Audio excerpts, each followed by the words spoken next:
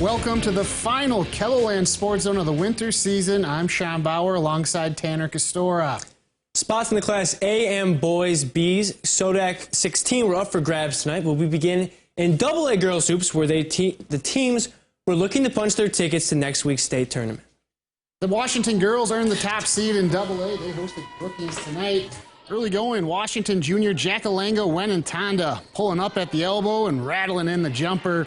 She had 10 points on the night. Warriors out front 8-0. A few possessions later, Brookings finally gets on the board as Allie Clark spots up from deep and swish. That ended a 12-0 Washington run to begin the game. But ensuing Warriors possession, Brooklyn Harp's jumper won't go, but Sydney Shetton fighting for the board. And then the putback, she had a game-high 17 points. Warriors led by 10 after one. And they'll be the top seed next week at the Sanford Pentagon, punching their ticket to state 63-30 over Brookings. Second seeded Aberdeen Central, also a big winner tonight, cruising past Spearfish 70-35. Brooklyn Kusler paced the Golden Eagles with a game-high 30 points. He's a perfect 11-11 from the field on the night. The Harrisburg girls looking to punch their ticket to state against Sturgis. Opening corner, Sydney Altenberg penetrates and kicks to a wide-open Kaylee Timmer, who splashes home a three. For the game's first bucket, Harrisburg with an early advantage. Later in the first, the Harrisburg lead was 10-0 when Kaylee Watley asked for it in the post, and then finishes off the window, putting Sturgis on the board.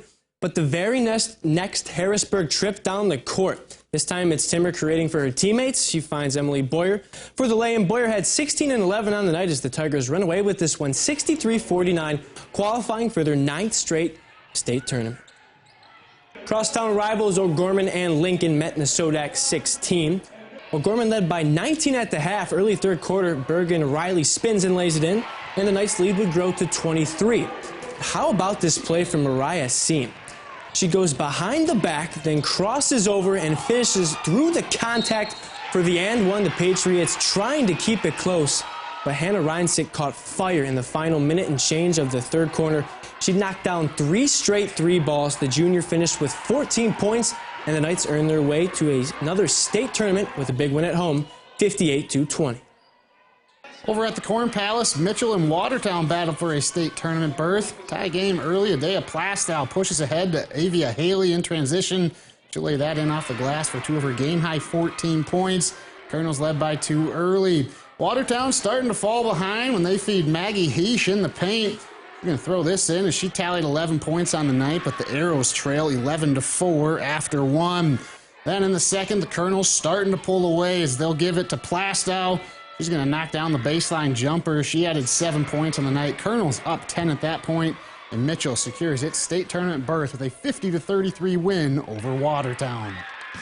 5 teams moving on to state, 3 spots left to fill. Find out who's heading to the AA Girls State Tournament next.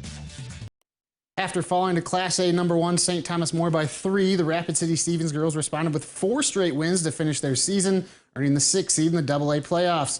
Tonight, the Raiders welcome Pierre to town for a spot in the state tournament. Opening quarter, Stevens getting out in transition as they'll feed Jaden Mackins underneath. Count the bucket plus the fouls. The Raiders out to an early 5-0 lead.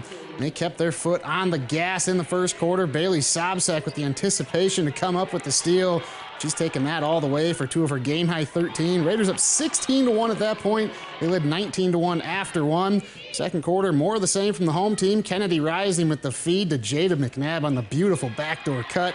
She tallied 12. Raiders started the game on a 29-1 run, and they advanced to the state tourney 49-34 over Pierre. In the live stream game of the week, Brandon Valley hosted Roosevelt in the SODAC 16. First quarter, Talia Hayes drives and kicks out to Sierra Watkins, who connects on the triple. Rough Riders off to a strong start, up 7-2. A few minutes later, the Lynx finally find a spark when Hillary Behrens goes behind the back, then takes it to the hoop. For the bucket plus the foul, she led all scorers with 21. The Lynx trailed by just 5 after 1. In the second half, Brandon Valley beginning to pull away. India Bradfield goes coast to coast for the lay-in.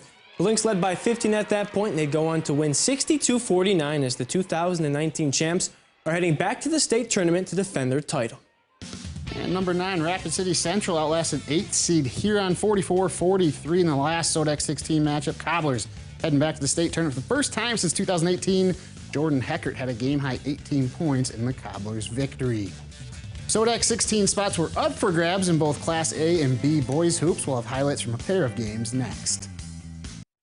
The Dakota Valley and T area boys opened their seasons against each other, with the Panthers picking up an 11-point road victory over the Titans.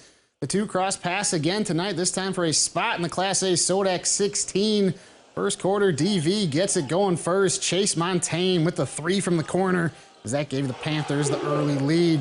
Titans respond with some three-point shooting of their own, though, as the ball works its way to Austin Lake, and he's burying that one from deep as T shrinks the Panther lead to 1. But Paul Brunn's got it going from mid-range. Two quick jumpers from him puts his team up after the first quarter. In the second, the Titans keeping the threes coming. This time, KELOLAND from the top of the key. Count it. That brings us back to a tie ball game at 30 apiece. T-Area had the threes, but so did DV. Sam Faldmo hitting the tray. That gives his team the lead. And the Panthers moving on to the SODAC 16 with a 64-58 win. In Class B boys hoops, Platte Geddes and Gregory met out at the Corn Palace. Under a minute to go in the third, Panthers kick it to Kelby Vanderwerf in the corner, who buries a three ball. The Black Panthers up 54-25 through 3. Into the fourth we go. The Panthers work it around the perimeter and find Vanderwerf again, who drives baseline for the easy 2. And the Panthers push their lead to 31. But Gregory showing some fight. Daniel Mitchell pulls up from the free throw line, knocks down the mid-range jumper. He finished with a team-high 17, but this one was all Platte Geddes as they go on to win by a final of 62-33.